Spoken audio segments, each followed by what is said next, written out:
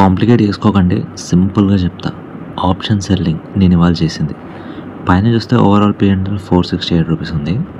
ఇక్కడ మీరు చూస్తే ఈ స్ట్రైక్ ప్రైస్ అండ్ ఈ స్ట్రైక్ ప్రైస్ ఈ రెండు సెల్ చేసిన. అండ్ జనరల్గా మీకు తెలిసిందే, సెల్ చేసినప్పుడు మనకు మార్జిన్ చాలా అడుగుతుంది. సో అందుకని చెప్పి ఈ రెండు బై చేసిన, సో మార్జిన్ తగ్గించుకోవడానికి. ఇక్కడ జరిగింది ఏంటంటే, మార్కెట్ కంప్లీట్ సైడ్వేస్లో ఉండడం వల్ల నిన్న నాకు వచ్చిన లాస్ కంటే వచ్చిన ప్రాఫిట్ ఎక్కువ ఉంది. అందుకని ఓవరాల్గా ప్లస్ 468%లో ఉన్నా. సో నేనేం చెప్తా అంటే, ప్యూర్ నాక్డ్ బయింగ్ చేయకండి.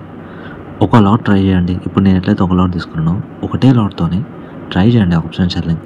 చూడండి, ఇప్పుడు some kind of iron corner లాంటిది. కాకపోతే ఐరన్ కార్నర్ అంటే ఏంటి, రిస్క్ తగ్గించుకోవడానికి తీసుకునేది ఐరన్ కార్నర్. నేనేం చేస్తున్నా, మార్జిన్ని తగ్గిస్తున్నా. సో ఇది ఐరన్ కార్నర్ కాదు, బట్ అలాంటిది.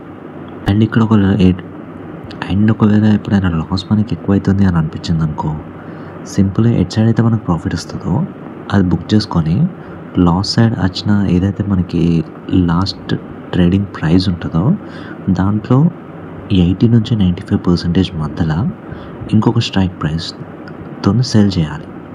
పర్టికులర్ స్ట్రాటజీ ఏదైతే ఉందో అది క్లియర్గా తెలుసుకోవాలి అనుకుంటే subscribe to my channel. Next వీడియోలో అది ఎక్స్ప్లెయిన్ చేస్తున్నాను.